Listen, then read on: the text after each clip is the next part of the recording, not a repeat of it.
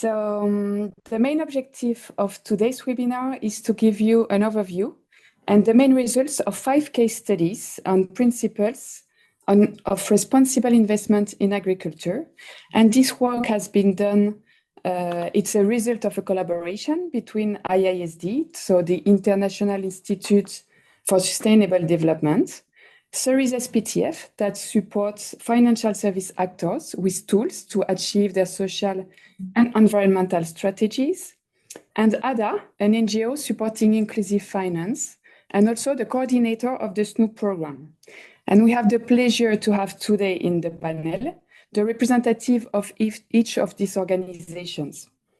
We have Marion Allais, Head of Environment and Impact at Ceres SPTF. Hi, Marion. Hafiz Mirza, Senior Specialist in Responsible Agricultural Investment Research at IISD. Mathilde Beauwin, Head of Knowledge Management at ADA. And myself, Caroline Morilla, Coordinator of the SNUP program at ADA. So, of course, this work has been done thanks to the collaboration and to the contribution of our partners, of impact investors and their investees. So to do so, today we will start with an introduction, like a bit of context. We will introduce you briefly the SNUP program and the objectives of the case studies that will be presented. Next, we will present the RAI tool, the Responsible Agricultural Investment Tool for Agribusiness, that was used for the case studies. We will then showcase the main results and findings of the 5 case studies. And we will conclude with the future development of the RAI tool.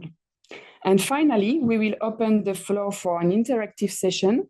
So feel free to add directly your questions in the chat of the Zoom presentation. And then at the end of the session, we will select some of the questions and you might be invited to ask the questions yourself. So we will start with a bit of context and the objectives. So first of all, an introduction of the SNUP program that is coordinated by ADA and that initiates the case studies. So SNUP for Smallholder Safety Net Upscaling Program. It's a 10-year program and it was launched at the end of 2020. And the objective is to increase the resilience of smallholder households through technical assistance and investments in the agricultural value chain in Africa, in Asia, and in Latin America. This program is co-financed by the cooperations of Switzerland, Luxembourg, and Liechtenstein. And how we are doing. So we partner with impact investors investing in agricultural value chain actors like agri-SMEs, cooperatives, and financial intermediaries. And the objective of the SNUP program is to co-finance the technical assistance of those organizations with the objective to strengthen the organization, but also to develop adapted financial and non-financial products and services for the smallholder farmers and their households. The program has so far co-financed almost 90 technical assistance projects, benefiting to 200 actors, so agri-SMEs, cooperative, and financial intermediaries, in 32 countries, benefiting then or targeting 6 million smallholder farmers. And ADA is responsible for the coordination of this program, but also for the knowledge management. And now I give the floor to Mathilde. Yeah, thank you, Caroline, and hello, everyone. So on my side, indeed, I will give you a bit more details about the objectives behind these case studies. So as Caroline said, actually, these case studies were conducted in the framework of the knowledge management component of the program. And I'll start by giving the initial objectives behind these case studies. So as Caroline said, actually one of the main objectives of the program is to foster the adoption of sustainable practices at various levels in the agricultural sector. So the adoption of sustainable practices by smallholder farmers themselves, thanks to the technical assistance they received through the agricultural value chain actors, but also at the level of these agricultural value chain actors. So again, the agri-SMEs, cooperatives, and financial institutions benefiting from technical assistance.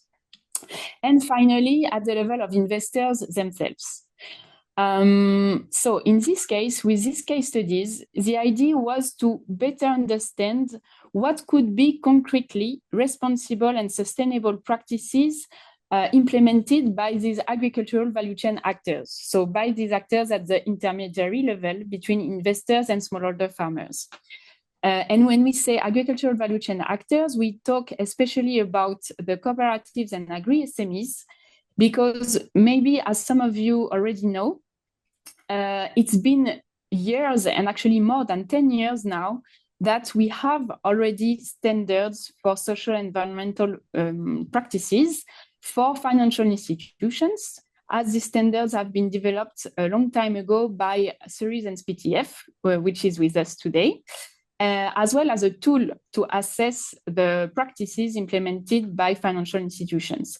And actually, something similar was missing for agricultural value chain actors, so especially agri-SMEs and cooperatives.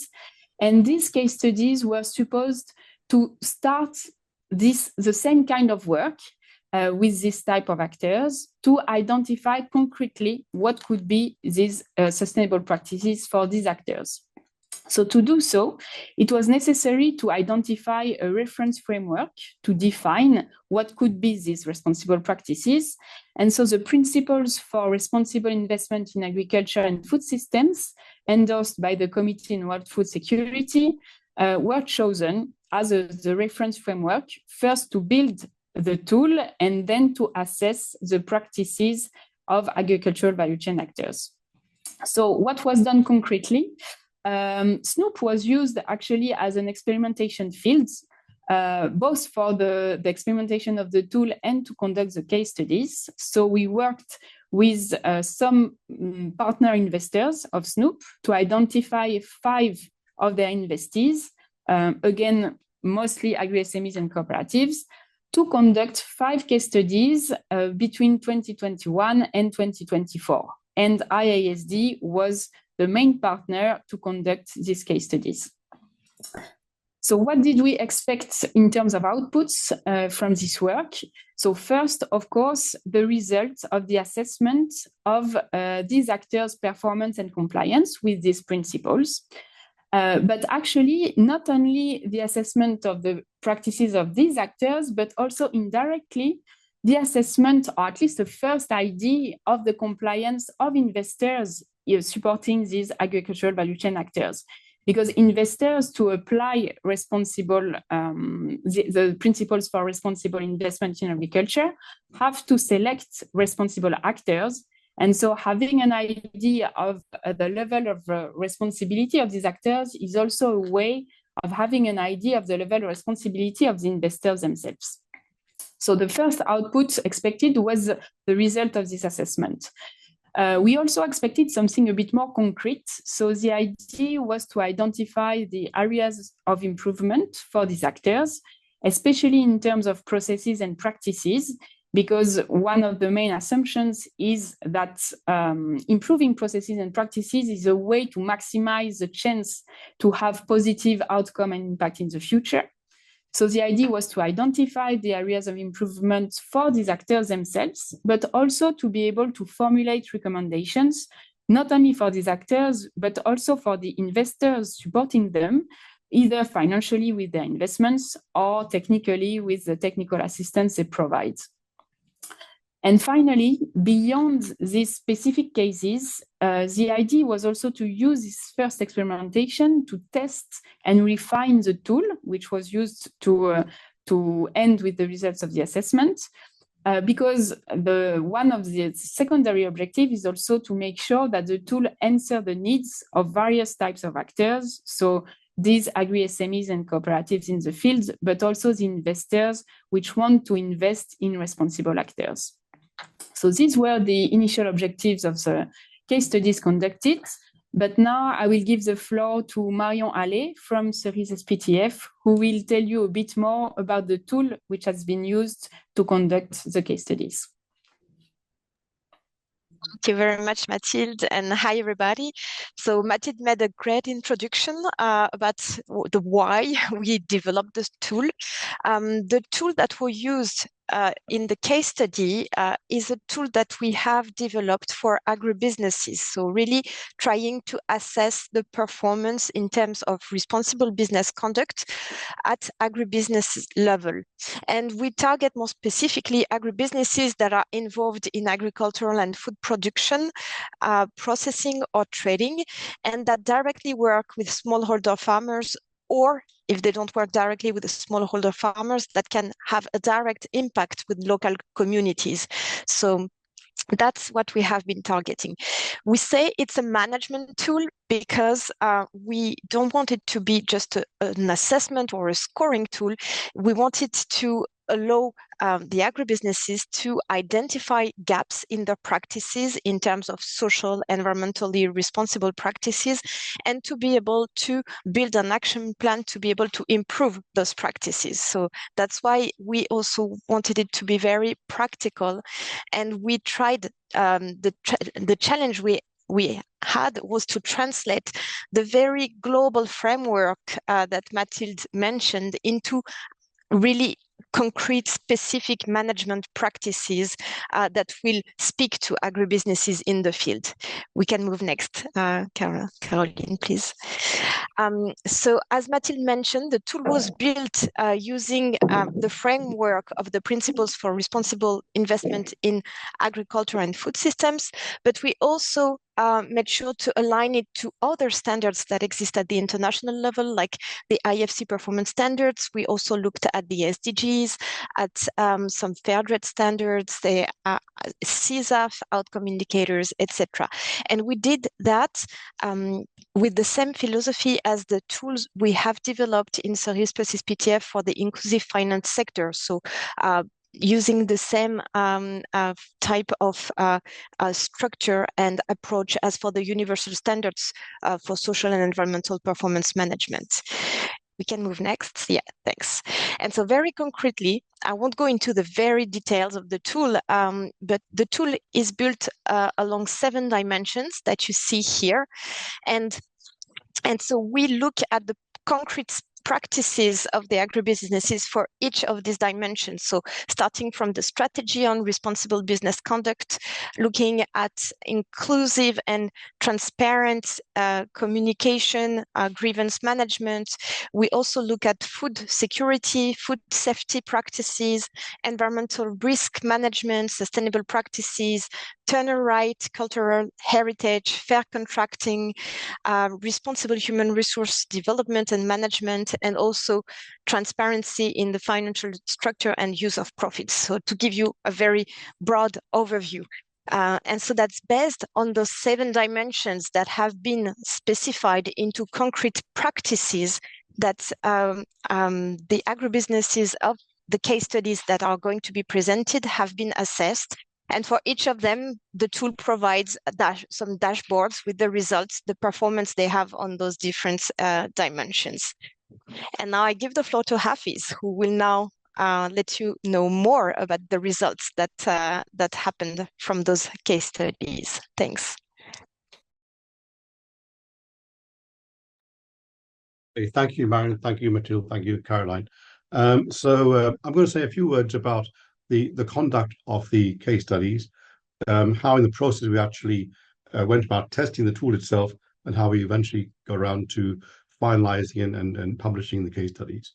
Now, this slide that we have now was really just to give you an idea of who the different partners were. Now, that's already been done to a great extent by Mathilde and Marion already.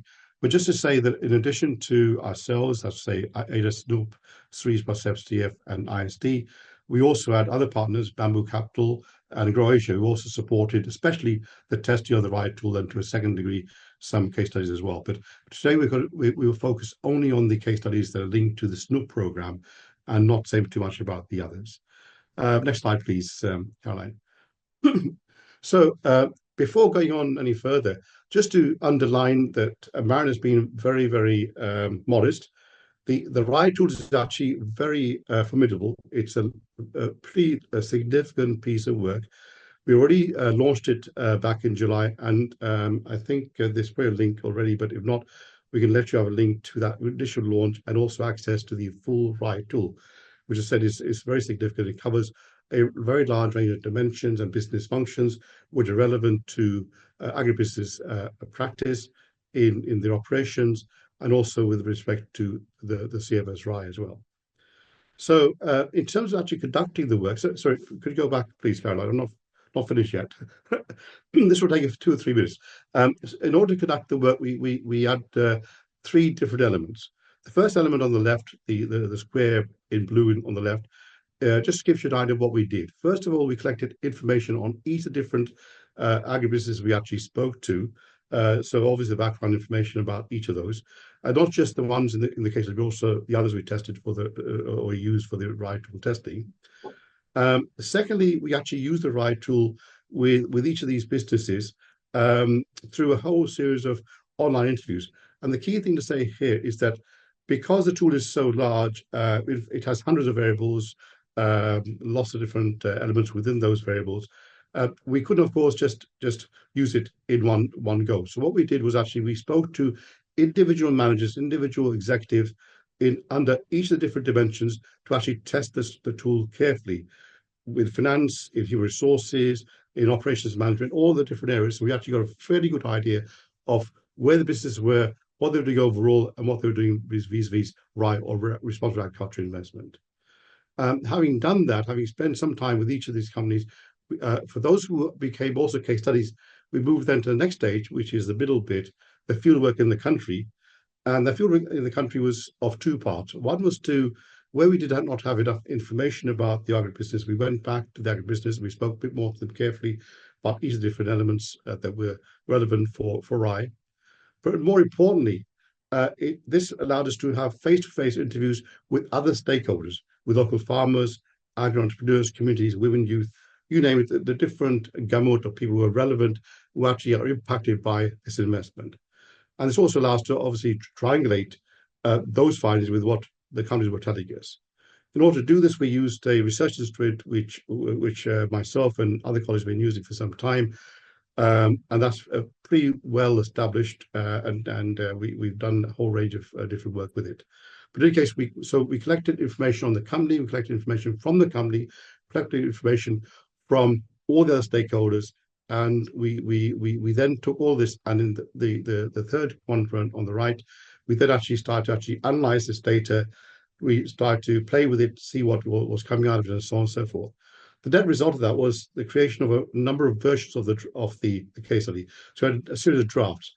Those drafts we tested with investors, we tested with investees, we played around with it. We came out with some recommendations, which we then tested again with them. And so eventually we had a final version. In fact, there are 2 final versions, but I'll just talk about the published version. A published version, which is now available to all of you to use ideally immediately after this presentation. So if we move on to the next slide now, please, Caroline. Just to say a few words about each of the different 5 case studies that we discussed today. They're all different. They all represent different elements of the value chain, different crops, and so on and so forth, because we wanted to obviously get as much variance as possible, admittedly with only 5 cases. The first company that we published is Limbua Group. Limbua Group is a Kenyan-based company which is in fruits and nuts. We found with them that they had a high level of compliance with RAI, which is excellent. And one of the reasons for this was actually that they have been spending a lot of time developing an innovative, responsible, focused business model, which allows them to actually make sure that RAI, or at least responsible investment, is within all of their different operations and management and how they operate with stakeholders and smallholder farmers. Second company is SFR, which I won't pronounce in French. This is a Senegal-based company which is in rice. We found that this had a moderate level of compliance with RAI. Of course, to get more information in the case studies, a moderate level of compliance with RAI. And in particular, it contributes significantly to the livelihoods of farmers, communities, and local business. So a lot of pluses. There are also a number of minuses, which again we've discussed in more detail in the case study, which we then made.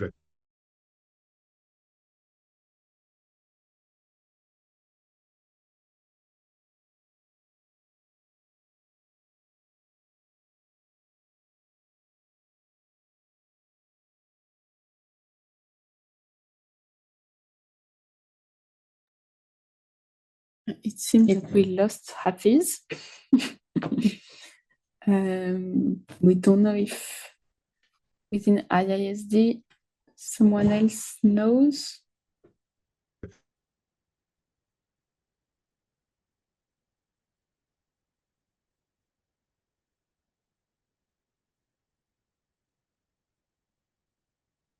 We'll probably reconnect. Yes, we'll wait for a few minutes for Hafiz to reconnect.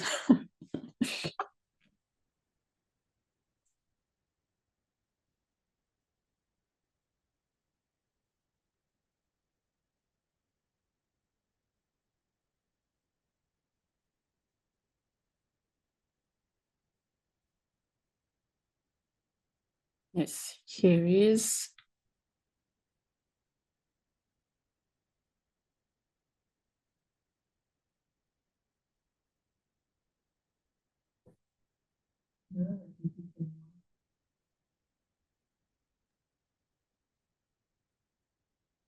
Cannot see Hafiz, right? No.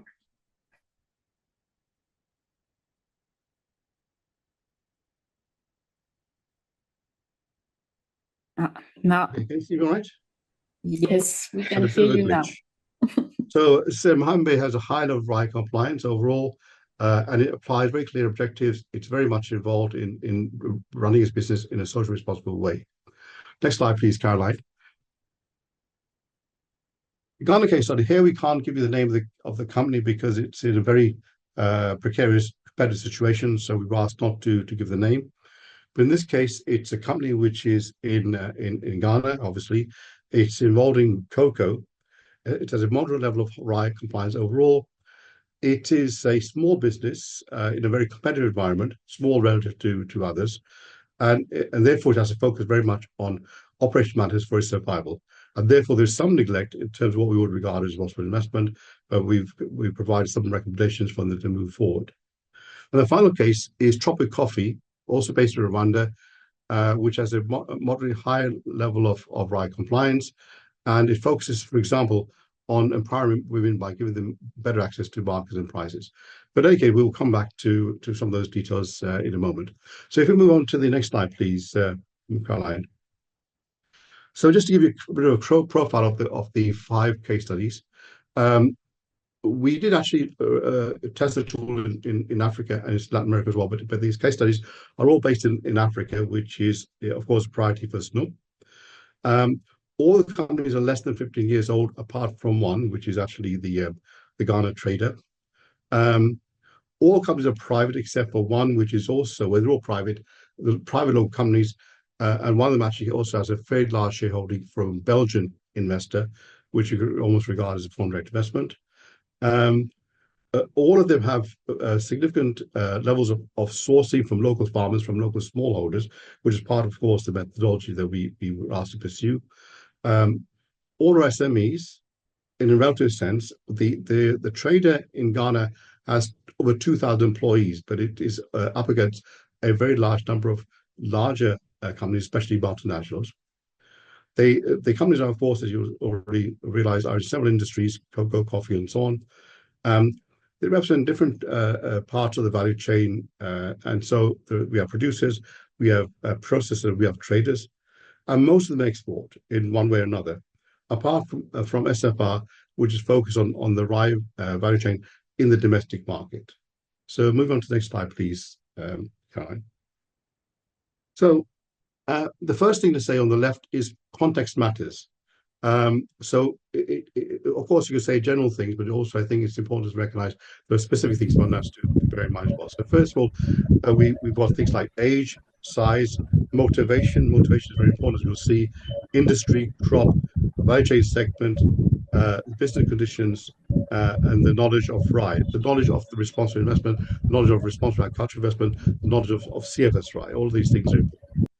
And the net result of this, as I'll come back into a bit more detail in a second, but just to say, what this means is that each company has a very different approach to responsible investment. And just to give you some examples, SFR, the rice company at the top, its mission is primarily to establish an inclusive value chain in northern Senegal. It's domestically focused. That's where it's actually focusing its attention. In the case of Limbua Group, which is based in Kenya, as I said, it's much more strategic and it's already built in responsible investment into its business model. And finally, as an example, Muhambe, which is a very interesting case. Muhambe was actually founded by somebody who actually decided that he had to do something after the Rwanda genocide, and therefore established a farming company, worked closely with farmers and the community in Muhambe, which is also a region from which he hails. The other thing to mention in the bottom part of the slide is that no company amongst all the seven, all the five, has a perfect score across the 7 RAI tool dimensions that Marion mentioned. Strategy, resource development, finance, and so on and so forth. None of them is perfect, but some obviously do better than others. Nevertheless, for all companies, there is evidence of responsible business conduct, especially in terms of employees, farmer contracting patterns, and nevertheless, there are some variation between companies. And secondly, all have very formalized, clear practices and procedures, especially when it comes to where the bread and butter is. In other words, in terms of things like the operational functions, whether it's trading with a Ghana trader, whether it's actually the processing when it comes to Tropic or Bamba and so on, all actually are very focused and formalized in terms of what they do, in terms of where the bread and butter is, where the key elements of their operations actually hail. Next slide, please, Caroline.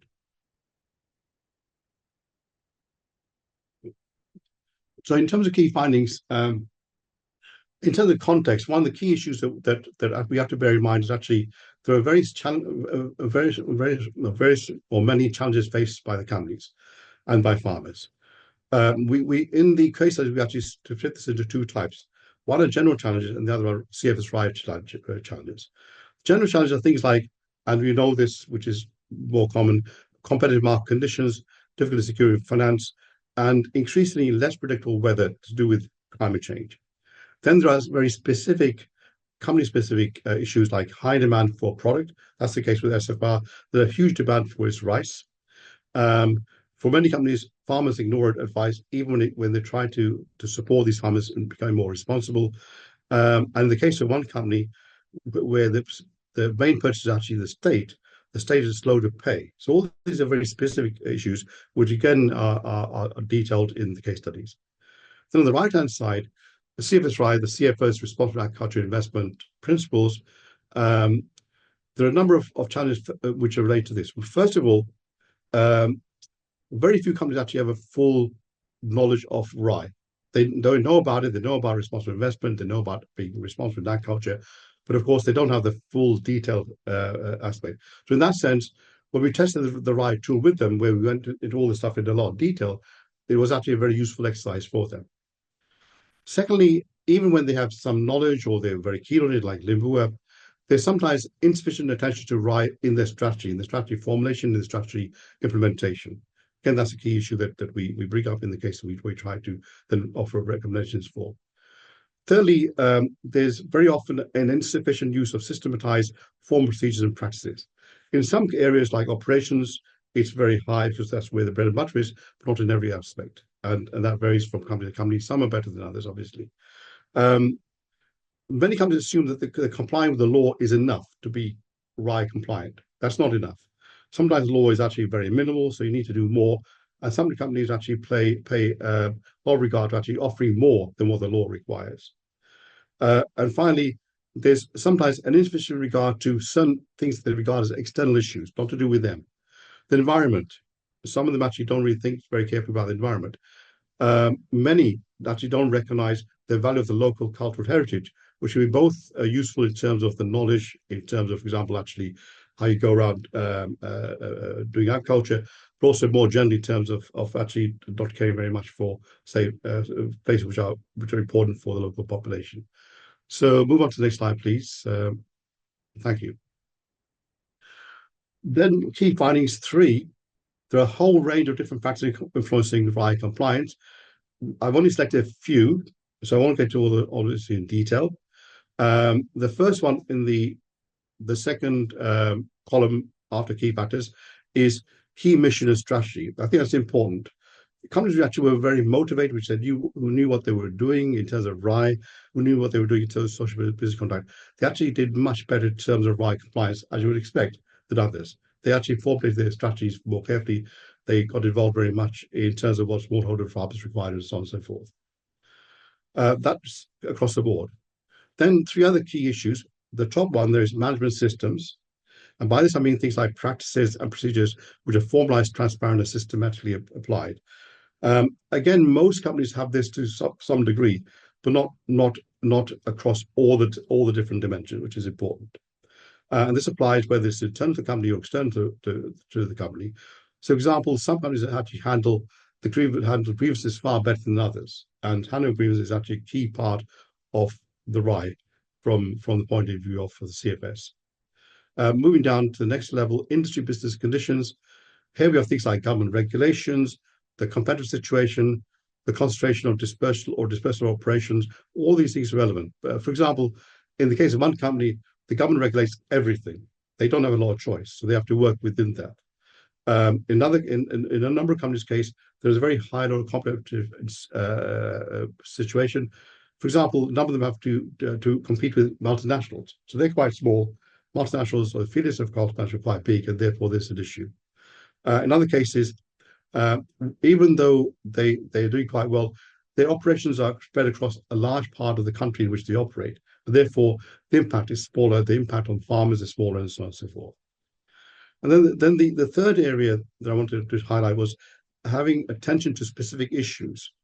All of the companies had some areas where they actually were very, very good in terms of how they actually dealt with it.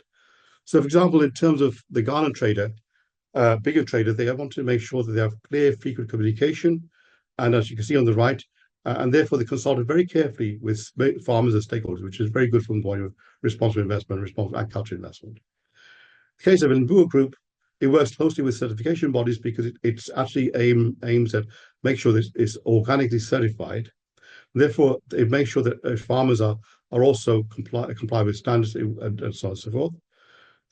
Thirdly, Mohammed, as I said before, is very concerned about make sure that they actually work closely with the people who actually were impacted by the Rwanda genocide. They pay above the minimum wage to employees, and they proactively support women and young farmers. Again, a very positive aspect of things that not just Mohammed Brothers can be doing in terms of RAI. Fourthly, SFR, with the rice company, it places an emphasis on respecting tenure rights, which is important because quite often smallholder farmers' tenure of rights to land is precarious. And therefore, it's very important that they do this. SFR certainly does this, and it's involved in very fair contracting with stakeholders. And finally, Tropic Coffee has developed an advanced traceability system for its export. It's a company which is in a highly competitive situation with multinationals. Affiliates of multinationals are obviously based in Rwanda. They actually have better access to markets overseas. Therefore, to make sure that they have a good access to overseas markets, they've actually created a system whereby they can offer copies of origin to the ultimate buyer of their product. So all of these things are very specific to each of these companies, but they've actually done a great deal to try to make sure that not only are they right compliant, but they're also financially viable. So last slide, please. I won't get into this in detail, Caroline, but just to say that in the case studies, you will find obviously a lot of detail about the specifics, the context, the conditions under which companies operate, what they do, and therefore, based on that, we have a whole range of different recommendations. The recommendations are of 2 types. One is a recommendation which is based around the top row, based around the challenges faced by the company, farmers, and other stakeholders in general. And to give you the case of Ghana, the Ghana case study is one where they're actually based on a very narrow part of the value chain, traders. And therefore, it's important for them to make sure that they trade effectively, that they provide assistance as they need, as they should do to smaller farmers and so on. And sort of recommendation we make there, and they recognize this, are things like digitizing the transaction processes, provide technical assistance to increase crop yields by farmers, developing institutional mechanism for enhancing partnering with farmers. A whole range of different things. And in the case of the Ghana thing, we have, I think, about 4 or 5 page, very detailed recommendations to try to improve things, not just for the company, but also for the smaller farmers and other stakeholders. In the case of the second thing is things like recommendations based on RAI compliance. How well do companies comply with RAI? And in the case of Limbua, another example, the importance of embracing organic production is important, but it's not yet fully exploited. So, for instance, when we discussed things with the local staff, we found that they said, okay, we've actually had a lot of good, very useful training, but we can do with a refresher. A refresher and additional training would be of value. So this is part of the recommendations. We also, part of the same issue, we said to Limbua, look, it would be useful to actually create a bursary and/or scholarship scheme which will support your workers to develop leadership skills in supporting the company's growth, especially when it comes to organic farming, but also in general its growth plans. So again, this is just a small smattering of all the different recommendations under each of the different case studies. But as I said, you'll find more in the cases. The final point, as again, one of the requirements for the SNUP case studies, as Matilda mentioned, we of course have recommendations to investors, governments, and others. I won't go into details here, but again, for each different case study, we will provide very hopefully very creative and detailed recommendations, which will be useful to not just each of these companies, but also other companies operating in the same field in the same countries. So move on to the next slide, please, Caroline. Okay, so what's next? Well, as you can see from my struggling just now, there's a lot of detail, a lot of information. So what we, as well as you'll be able to actually look at each of the case studies separately, we've also produced a synthesis report which synthesizes all of the different findings into one single report, which provides information by way of comparisons, generalizations, the detailed nuance that we have to recognize. That will be available quite soon and will be sent to you all by email and be made available on the web. We've discussed, but we haven't got very far yet with potential for further case studies, because as you can imagine, 5 case studies is not enough to give a full recognition of all the different issues which are out there. And so there is a case for doing more case studies. And again, we have discussed a bit more about this, and perhaps we'll discuss it in interactive discussion. And finally, just to say that all the 5 case studies are available to you now, and resources both at Ada, SNUP, and ourselves, ISD, and also with Cerise. And I think one of my colleagues will put these into chat box in a moment, these links. And so without further ado, I think I'll stop now and then pass the baton on to Marianne. Thanks, Hafiz. On my side, let me talk again about the tool, but with another perspective now. From those case studies, what I find very interesting is that we were able to use the tool as a tool to raise awareness, actually, on responsible practices. As Hafiz mentioned, most of the agribusinesses were not so familiar with the RAI principles, and so with the tool, it was a way to raise awareness on those responsible practices. It was also interesting to see that those assessments, they enabled to identify gaps, because none of them had full score, and that's not the objective of the tool to have full score, but really to be able to identify the gaps and to provide recommendations on how you can improve your practices. And that's something you will find also in those case studies. What was even more interesting in our point of view is that we got feedback from the tool itself. From those 5 case studies, we had Hafiz and colleagues and also the agribusinesses that got back to us and telling us, okay, this practice here is not so clear, this one is not so relevant. And so we were able to adjust already and improve the tool. Now, it's still an early stage tool, even though there's already a lot of work behind it, but it needs more testing in the field, because if we want to make it relevant, if we want to make it, if we want that it makes sense, it needs to make sense to the actors in the field, to the agribusinesses, and also the stakeholders supporting those agribusinesses. And for that, we need people working in the field with those agribusinesses to help us test the tool, to help us improve the tool.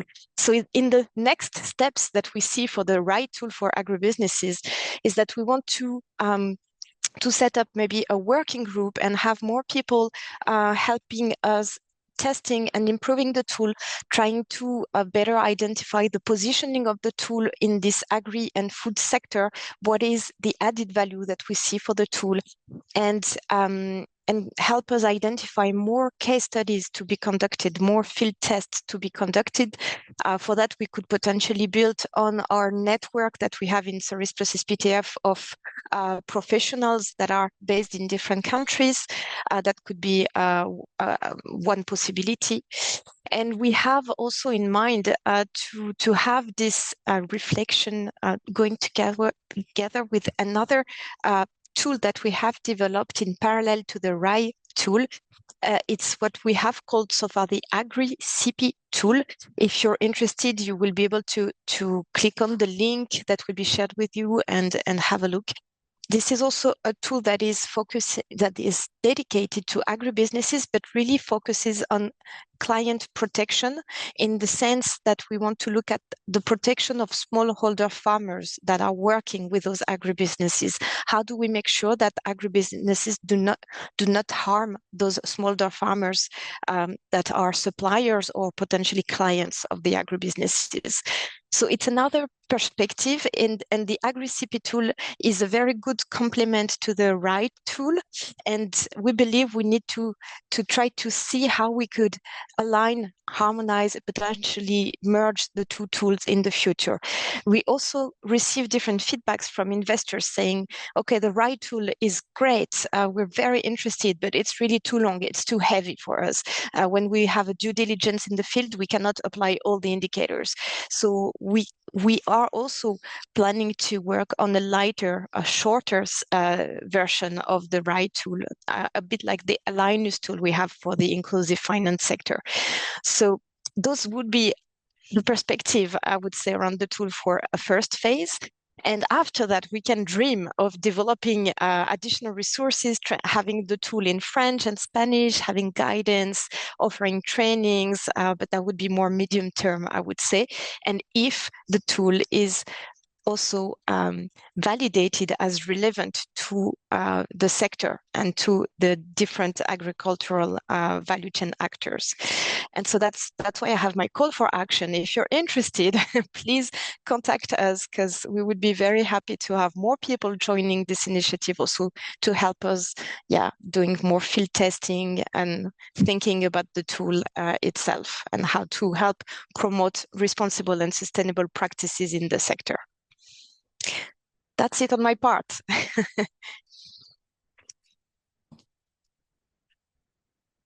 So actually now we wanted to have an interactive discussion, or at least to leave you the chance to ask your questions to our different speakers. But maybe first of all, before opening completely the floor, I know that we have an investee who was the subject of one of the case studies, who is with us today. I think Abigail from Limbua is here and was ready to share her feedback about the experience, why it was useful from Limbua's perspective, how the results have been used, maybe concretely. So Abigail, if you are ready, you can share with us your feedback. Hi, everybody. Okay, so thank you very much. I am Abigail Biret from Limbua Group Limited, and we are excited to have been part of the investees identified for the case studies under the Responsible Agriculture Investment Tool. And we were contacted initially, and it was a little bit confusing for us. We were like, oh, okay, so what is this? But after 1 year working together with IISD, we were extremely excited to see the results of a lot of effort and a lot of exchange of information coming out. And we were excited to also host them in our site for about a week or a little bit less than a week. And I think it was a wonderful time. So because I don't want to use a lot of the time that we have here, I will just briefly discuss our Limbua concept. And then I will now put in together why the responsible agricultural investment tool is extremely important for us and for other businesses as well. So Limbua is a company that was established in 2010 in Kenya with a focus on empowering smallholder communities through unlocking potential that is in the farms, especially the rural farms of central Kenya. So we have been doing this already now for just about 14 or thereabout years.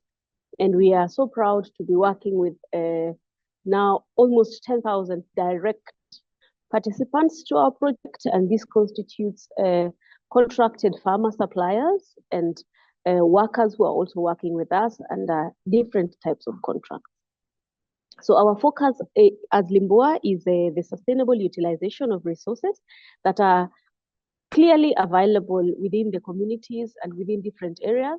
I believe when companies identify a specific resource and decide that we are utilizing it sustainably instead of exploiting it, then it becomes absolutely different. And I think it came out very clearly in this, as Hafiz has given us some good feedback. Thank you. Of course, I have gotten an opportunity to go through some of the feedback that we got from the tool. The other thing that we focus on as a business is environmental awareness and environmental protection, because we work with smallholder communities that are in the foothills of Mount Kenya.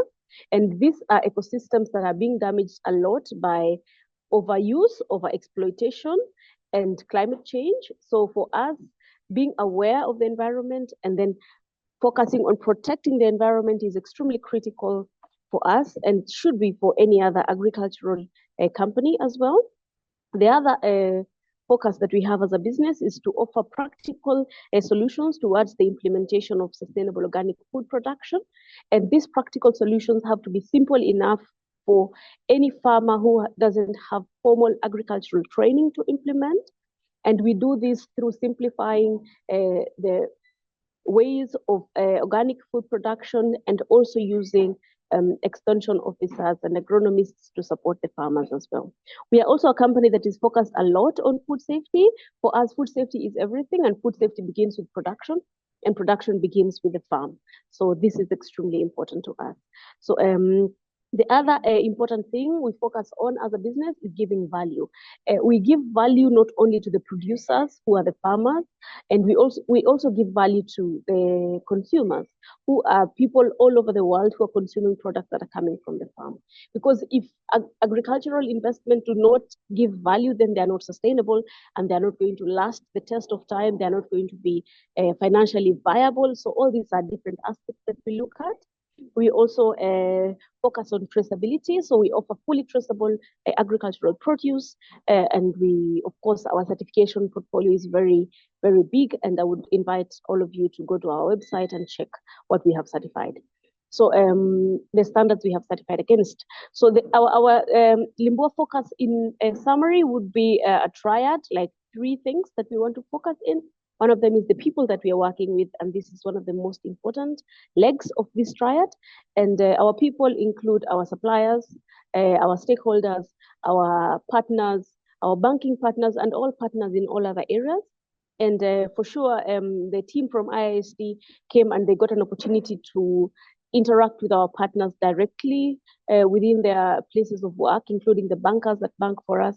And it was quite important and critical for us to understand the full aspect of this business. So the other thing we focus on a lot is the process. That is why we say food production has to be safe. So we have to focus on a proper process, and then of course the product, which is extremely important, because without the product you don't have a business, and without a business you cannot make an impact. Yeah, so this tool was very important for us, for me as an individual, because I was a part of the team that was discussing a lot with the IISD team almost every week for quite a while. So the tool is extremely practical, I can say, because it is not speaking, or it does not speak to aspects that are strange to our business. It speaks about very, very practical aspects of business operations, especially within agriculture. And it also triggers, for me, it triggered a lot of internal evaluation, where personally as an individual within the management team of Limboa, and also as an organization, we went back and took a back seat and asked ourselves, is there something that we need to look at internally? So it's a very triggering tool. And for people who take it positively, they're going to really think through their processes in an open way without being defensive. Just be open and discuss how to improve yourself. So the other thing that I noticed about the tool is very versatile. If things were not applicable to our system, it was very easy to say not applicable. And if we had different comments and different aspects to add on it, then it was also possible. I also agree with Marion that it was quite heavy, the tool. So it probably, as you say, for a business that is, or for an activity that doesn't have a lot of time for evaluation, then it probably needs half of the tool. Maybe you need to condense it into half of it for quick use, and then maybe have the full tool for proper internal evaluation for different places. So we have since made internal changes within our system in direct response to this tool, especially regarding social aspects. We have fortified certain sections that we saw were obvious gaps within social management of individuals. Of course, as a company, we are social certified. We have Fair Trade, Fair for Life, which is a Fair Trade certification, social certification. But then we really, through the tool, were able to identify certain areas that we need to be more transparent about with our social aspects and the transparency in financial management. This is, of course, a part of it is justified because this is a private company, and as much as we would like to be very transparent in certain things, there's a limit to transparency within private companies and within public companies. So I think the tool needs to realize that private sector is a little bit different from public sector in terms of the requirement for financial transparency, because the requirements for transparency for a private company might be too high on the tool than is actually practical, because we have shareholders who have to be protected and things like this. So what is the future, I think, as a person and as Limboa about the use of this tool?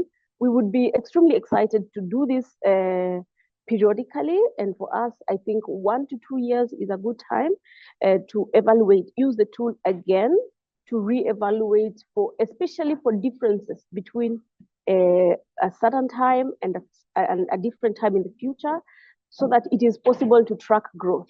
I think if it is possible to use the tool to track differences, positive changes or negative changes between different periods, it would be quite interesting. So as Limboa, of course, I would be very excited to go through the tool again, even internally, not in a setting where another company is evaluating me, but in self-evaluation. That would be quite interesting. I would also want to see if it is possible for within, of course, a longer period of time, probably 2 years, for myself as Limboa to apply this tool to specific sections of the business, because I believe the tool is very broad, that it is possible to break down our business into different aspects and still apply the tool in totality. So it would be quite interesting for us to also apply this. So yeah, it was wonderful to interact with the team from IISD. They're wonderful people. I'm so excited to be part of the team, and I'm happy for the results. And I recommend in a heartbeat this tool for any person, any investor who is willing and intentional in investing responsibly in agriculture. And I want to probably say it's not even in agriculture that it's only applicable. I think it can be used broadly in other sectors as well. So thank you very much. I hope I did not take too much time. No, thank you very much, Abigail. Actually, it was perfect. Thank you so much for sharing this very interesting experience. Actually, so I think it really confirmed the initial assumption, right? The idea at the beginning was to try to make something useful first and foremost for the actors in the field. And your feedback shows that actually this is the case. It seems to be the case, at least for you it was the case. And it's great to see that you also use the results to at least become aware of some improvements which could be made, but also to already change some of your processes and practices. So thank you very much for this feedback.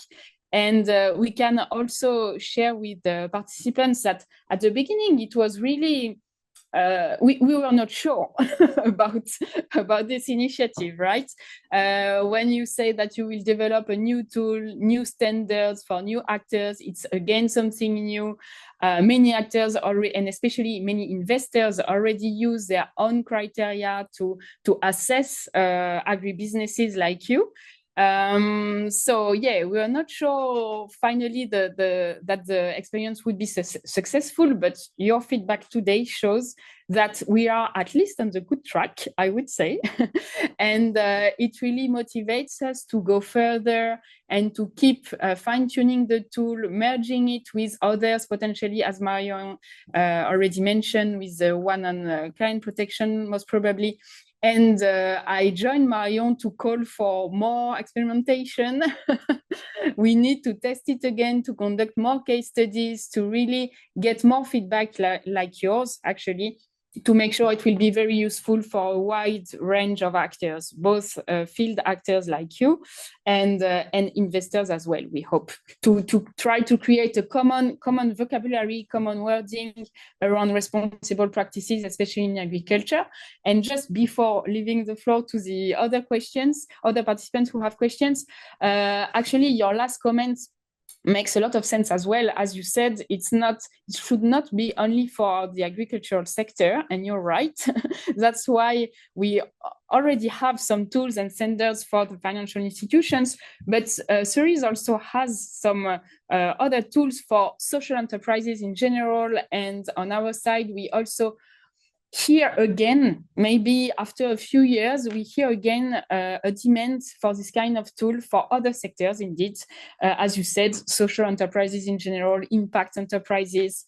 So this is really inspiring for future works on other sectors as well. So thank you very much for sharing your experience with us. And we hope you will use it again by yourself, as you said. But now I think we can open the floor and invite other participants to ask their questions. So I see some questions focusing on the tool itself. So there is a question from Guillaume Grange about the use of the tool. So who is populating the tool? I guess maybe Marion, you want to give a few words about how the tool is supposed to be used, at least now and maybe in the future.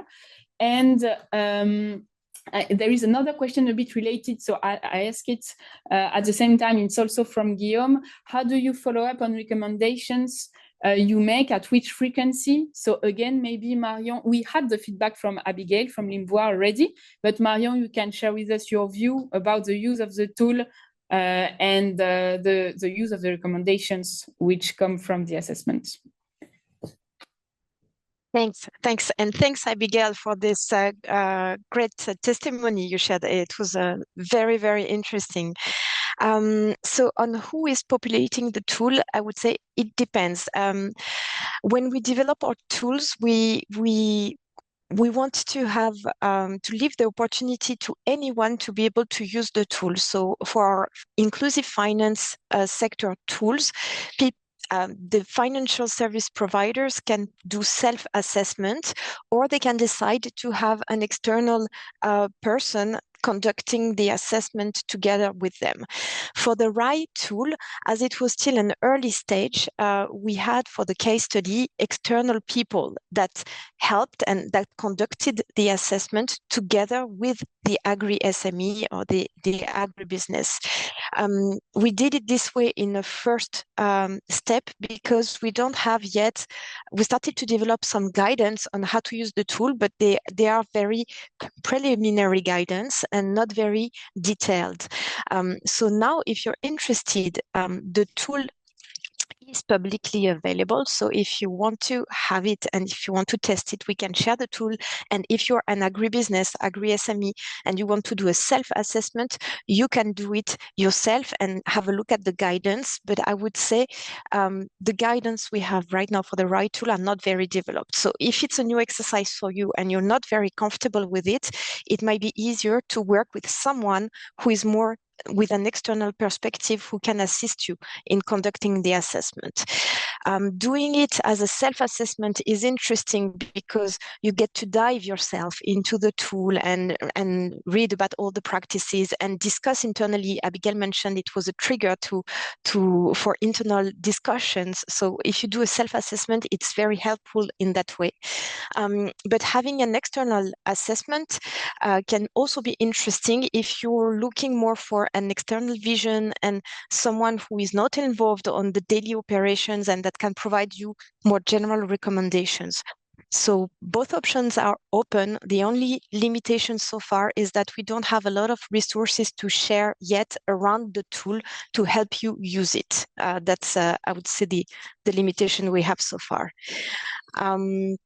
I don't know if that answers fully the first question of Guillaume.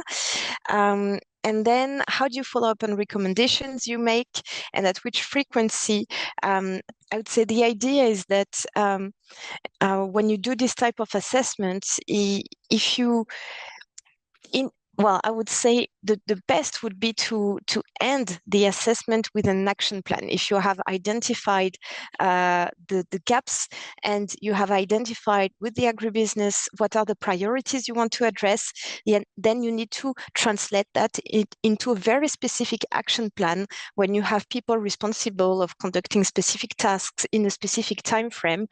And then I would say it's more at the level within the responsibility of the agribusiness then to be able to implement this action plan. Now it's very new. We have a lot of experience for the inclusive finance sector on that aspect. Now for the agri sector, it's very new. So I don't have a definitive answer on that, but that's the recommendations we would have. Thank you, Marion. So I think it answers Guillaume's questions, but just in case, Guillaume, feel free to react. Otherwise, I'm going to the next set of questions, very interesting questions, and actually I think it's more for Abigail, if Abigail is ready to answer them. Let's see. So the first question is, would following the right principles affect the short and medium-term commercial objectives? So I would say first of the actor applying the principles, and if it affects the commercial objectives of the actor in the field, it may affect the commercial objective of the investor as well. But let's start with the actor in the field. So Abigail, do you consider that applying these responsible these principles for responsible investment could affect your commercial objectives? Or yes, or on the contrary, could it lead to better market opportunities, meaning more remunerative market opportunities?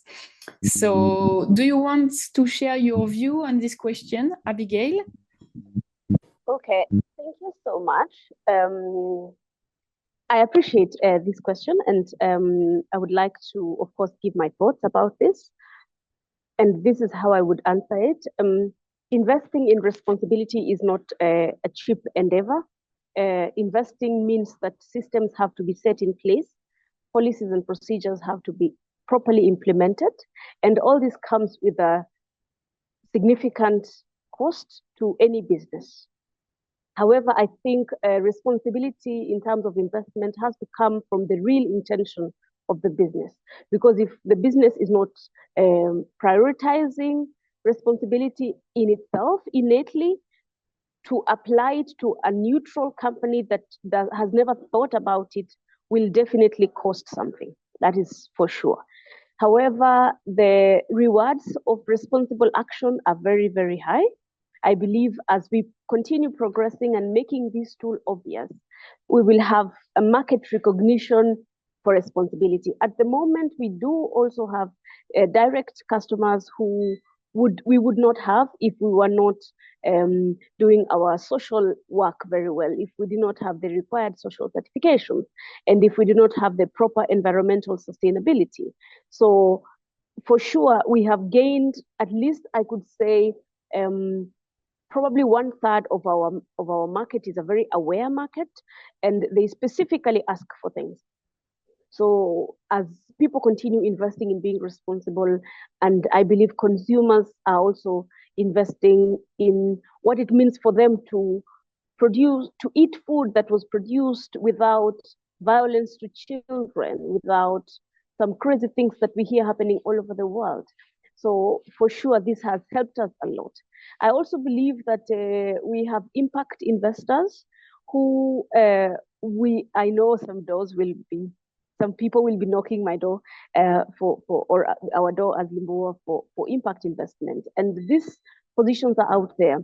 But what we need to do, and I'm praying for this tool and I'm hoping for the best, is that as soon as we start having what you said, similar objectives, similar terminology, as soon as we start speaking the same thing, both in the end of the consumer and in the end of the investor, it will really be possible for actors like ourselves to actually implement proper responsibility, knowing that there will be an incentive.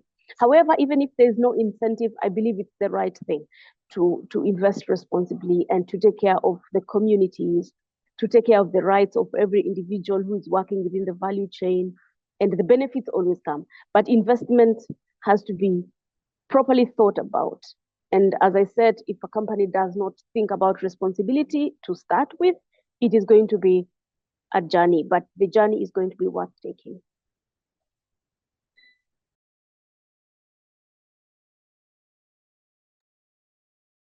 You're on mute, Mathilde. Sorry.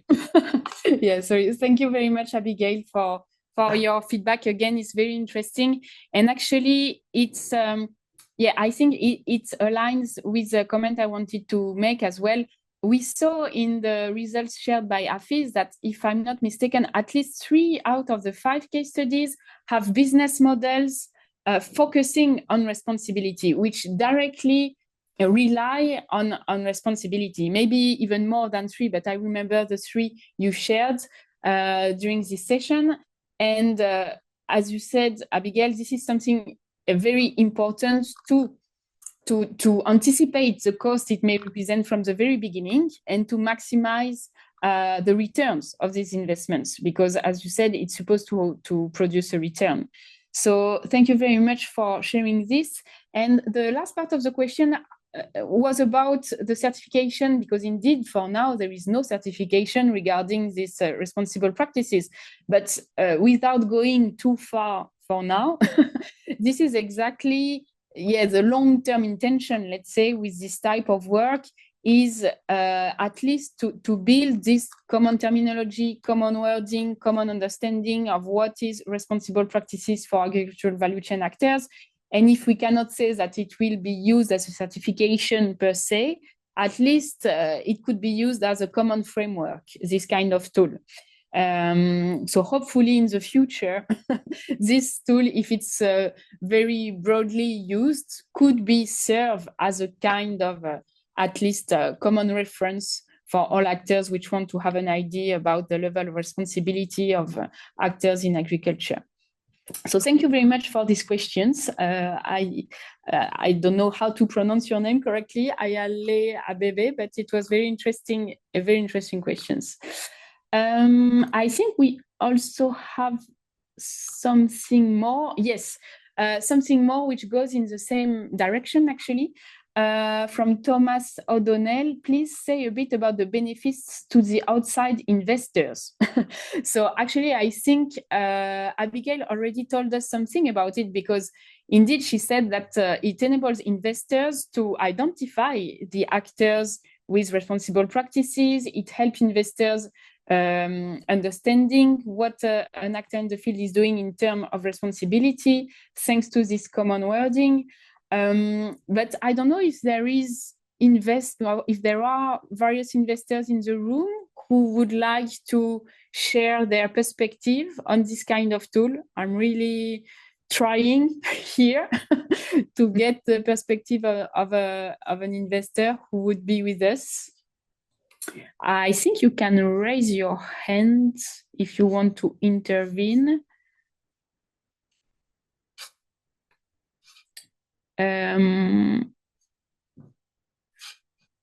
Is there an investor in the room who would like to share the experience or their perspective?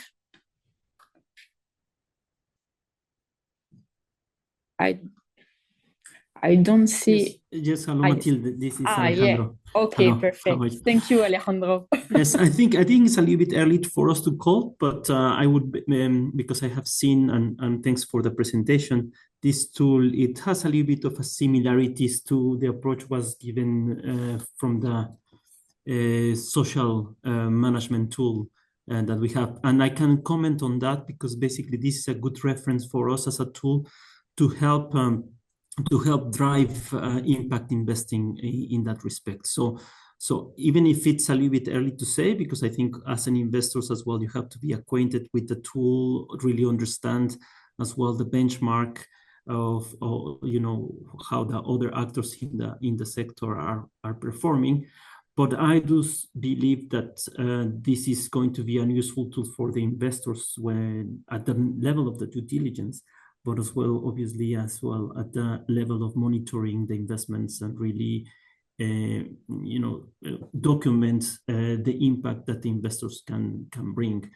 I think the questions about how easy is to implement and how easy is what is the buying of the different actors, it's something to be considered.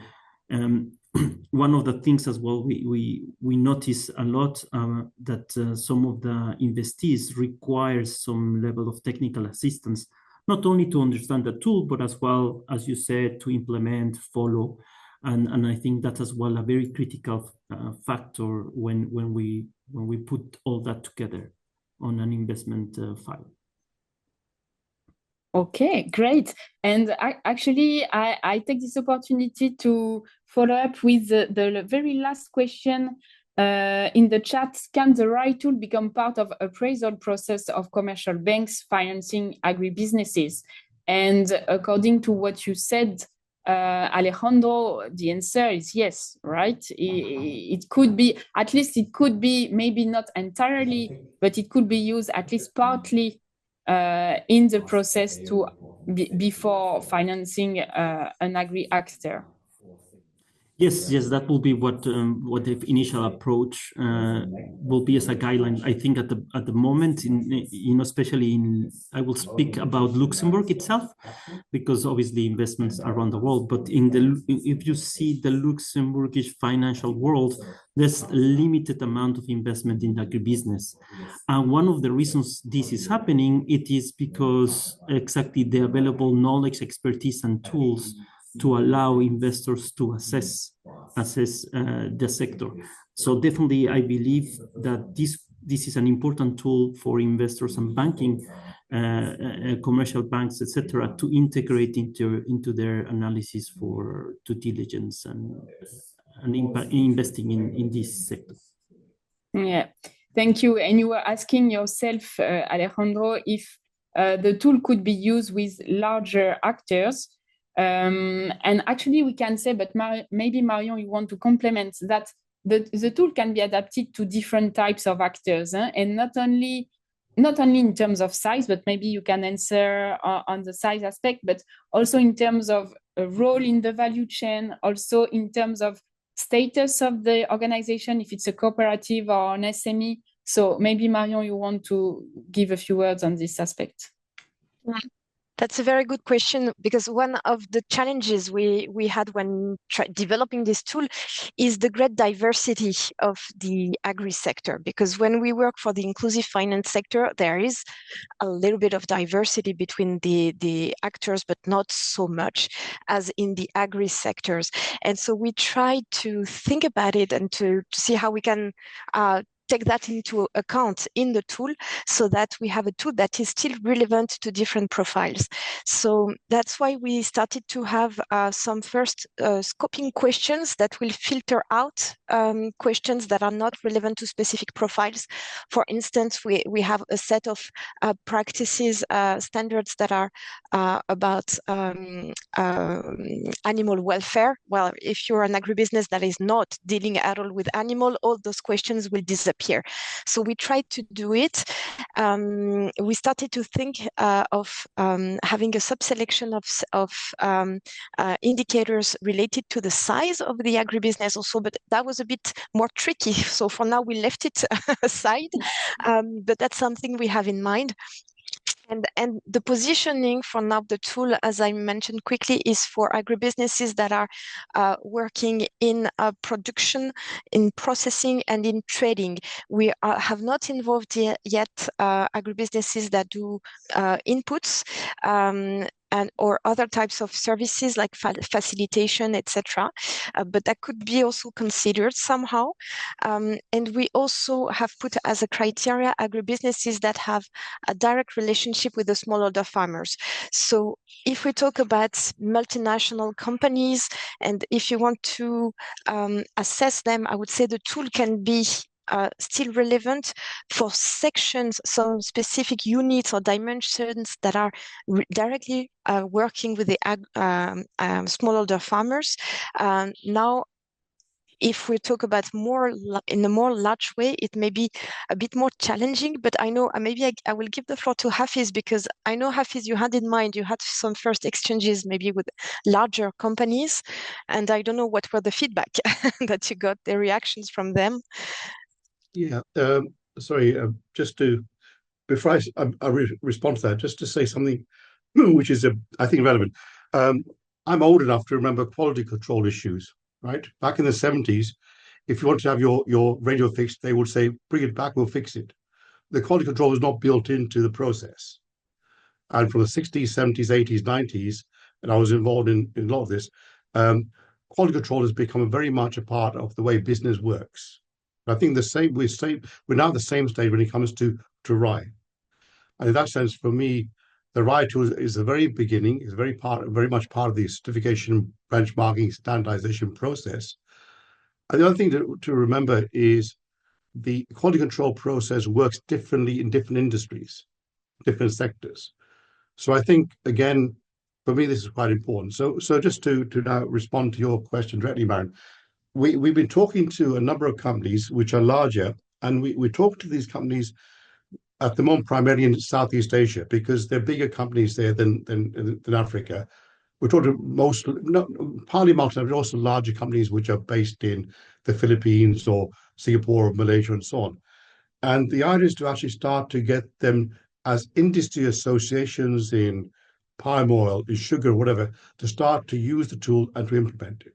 It's going to be a slow process, but we have some interest, and I think the main thing now is to get enough resources together to actually start this process of basically moving right from basically an idea into something which is very much practice, and that is the plan. So that's part. We as Marion has already said, Matilda said, we have a lot of plans, but we need to implement them slowly but surely. And another part of the plan is to say, okay, let's go beyond just talking to individual companies, but talk to associations, talk to larger companies. And in an association, we have large companies, we have small companies, and start industries or sectors and value chain segments, if necessary, to start working together to create the processes which actually will support the implementation, not just of the RAI tool, but of actually building RAI into the way companies actually work. That's the long term. The short term is to move to that stage and start getting the RAI tool tested more and more by larger companies. Yeah, thank you very much. I hope it answers the question. I just see a very last question in the chat, but I'm not sure I fully understand the question. So I would like to invite Thomas O'Donnell maybe to specify the question. It's about the use of the tool. Yes, hi, my name's Thomas O'Donnell. Real briefly, I just it crossed my mind in thinking about one particular investor that does a lot of investing in Africa, that his investments are of the form of loans. And they also do technical support. But I thought, well, loans have, and I think Alejandra mentioned this a bit, loans have specific stipulations regarding payback periods. And I'm wondering how important that becomes in utilizing the tool. Sorry, can you repeat the last part of your question? How? Yeah, so my essence of the question is, how important are loan requirements on the part of, say, smallholder farmers and their businesses to the development and implementation of the tool? In other words, do loan repayments become the single most important factor in overriding factor in implementing strategies and tactics for using the tool? I hope that's helpful question. Yeah, maybe, so Marion, do you want to enter about, is this aspect included in the various aspects which are assessed thanks to the tool, through the tool? I'm not sure I got exactly the purpose of the question. So in the tool, I know we have included, if you're referring to agribusinesses that provide loans to smallholder farmers, like in-kind loans for them to start the campaign, is that what you're referring to? That would be one example, but it could be different types of loans as well. Yeah. So we have included a couple of indicators in the RAI tool that are related to these practices and how you make it in a very responsible way so that you do not over-indebt your smallholder farmers, you do not do any harm. But there are a couple of indicators on that, but it's much more detailed on the other tool I mentioned, the Agri-CP tool, where we have a full set of indicators related to good practices in that aspect.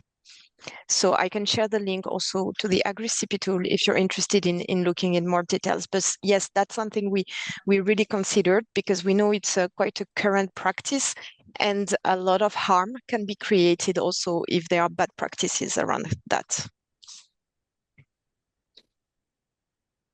Okay, thank you very much, Marion. And I think I don't see any other question in the chat, but that's great because we are almost at the end of our session. So maybe we can remind all the participants where they can find the resources. Maybe we can share again the last slide or the slide where the participants can find especially the 5 case studies which are already available, the tool itself, or information on how to use the tool. And as we said at the beginning, we will share the recording with all the participants, and we'll share as well the final report, the synthesis report, which summarizes the main results of the 5 case studies for those who don't have the time to have a look at each one in details. So yeah, you can see on the screen the various websites where you can download the existing resources. And thank you very much to everyone for their participation. I think we had a very interesting discussion and we are getting very positive feedback. So this confirms that the session was useful. Thank you, Abigail, for sharing your very interesting feedback. And thank you to all the speakers, to Hafiz, to Marion for the work which has been done on the tool, on the case studies themselves. I think we had the confirmation today that there is much interest in this initiative and also in their future developments. So we will try to contribute at our level to these various initiatives as well. And we will keep you informed about the next developments which are supposed to be useful to all actors in the sector, hopefully. So thank you very much, and And see please you join next us. time. Yeah.